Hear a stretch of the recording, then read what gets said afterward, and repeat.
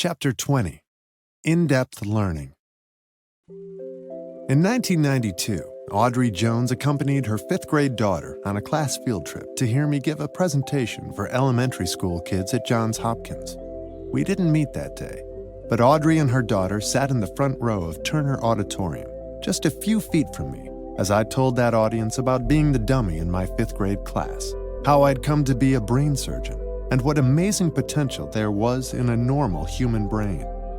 I'm sure I also summarized the think big philosophy before challenging my young audience to use the amazing brain God had given them and think big about what they could do with their lives. 4 years later, a friend of Audrey's who worked at Johns Hopkins told her I was hiring a medical secretary. At least in part due to the favorable impression I made when she heard me speak, she decided to apply.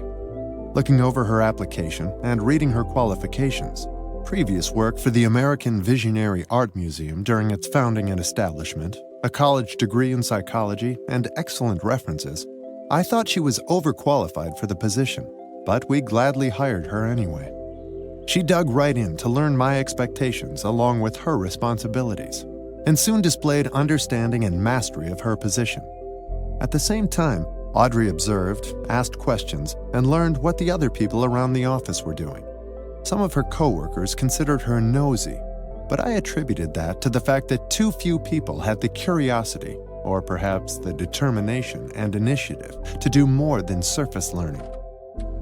Audrey soon realized how the various jobs in our department fit together, which people interacted with each other, how, why, and when. She discovered ways to create efficiency and synergy in the way we worked together. 6 months after we'd hired Audrey, my administrative assistant became ill and had to give up her job. That sudden development could have thrown the entire pediatric neurosurgery department into a tailspin. But by that time, my new medical secretary not only understood the administrative assistant responsibilities, but she also had a good grasp on everyone else's in our large, very busy, specialized surgical practice. From initial patient screening, clinic appointments, radiology and surgery processing and scheduling, insurance and billings, the department budget, staffing issues, and more, Audrey stepped up, took charge without skipping a beat, and shortly ramped up the efficiency of the overall operation. Audrey says she knew once she got her foot in the door, she would have the opportunity to advance.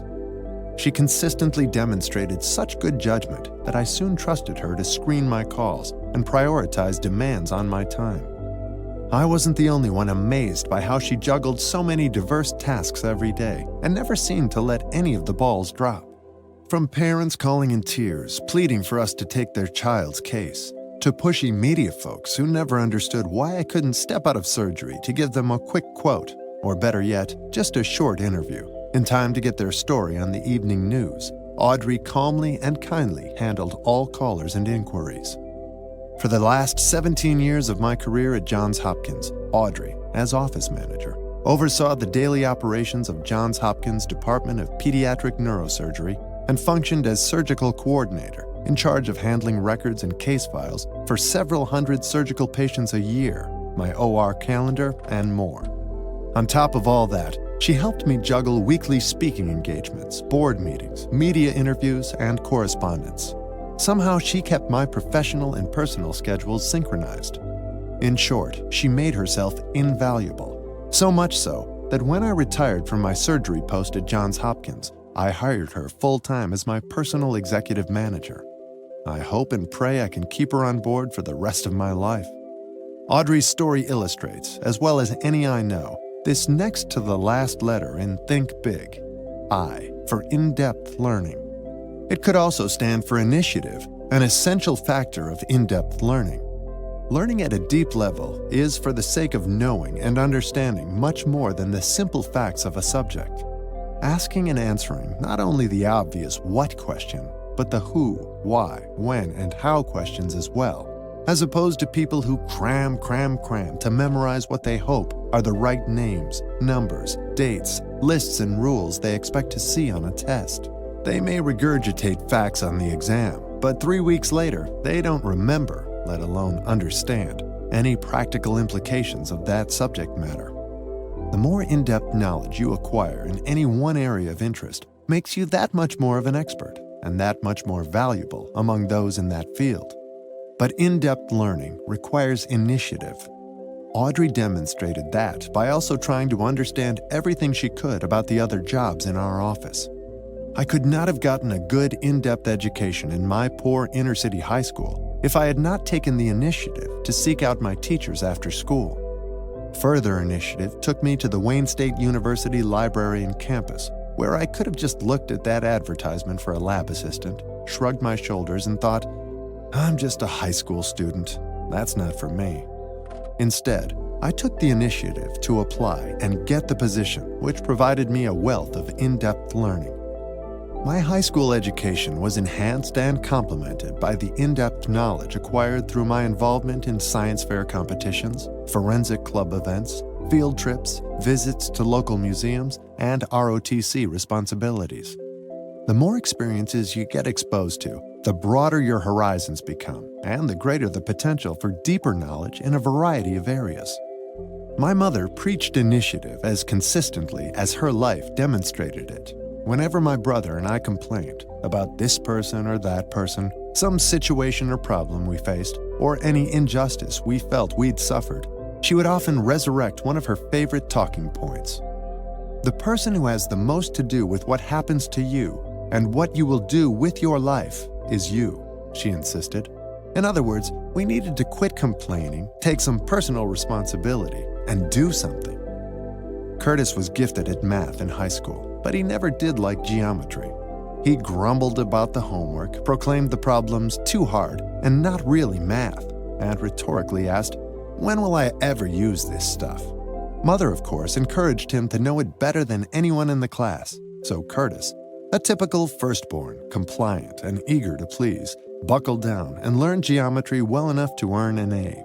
Some years later, Curtis became an engineer who designed aircraft brakes using geometric formulas and analytical skills on a regular basis. Even if you've already decided on a career that does not relate to a subject you are currently studying, you may be surprised how, when, and where in-depth learning might be valuable.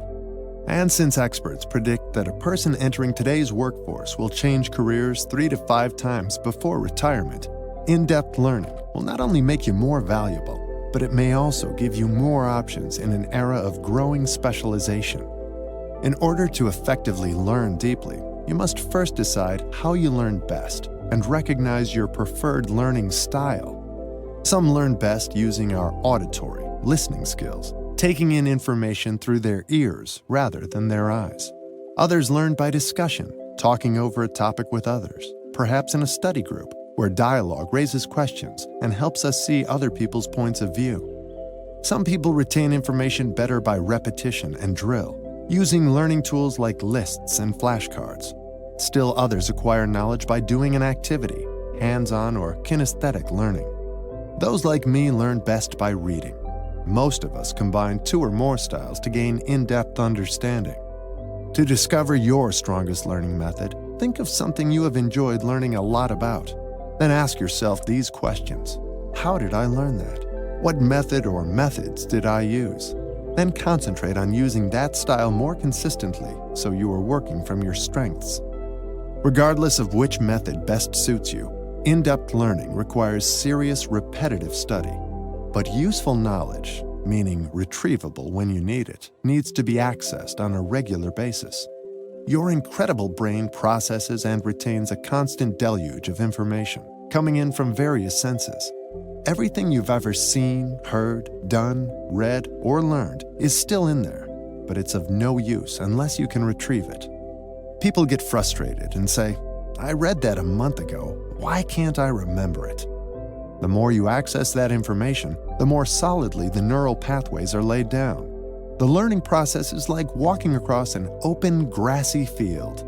The first time you walk through the field, you leave little trace of your presence there, and you would be hard-pressed to walk back following the exact same path.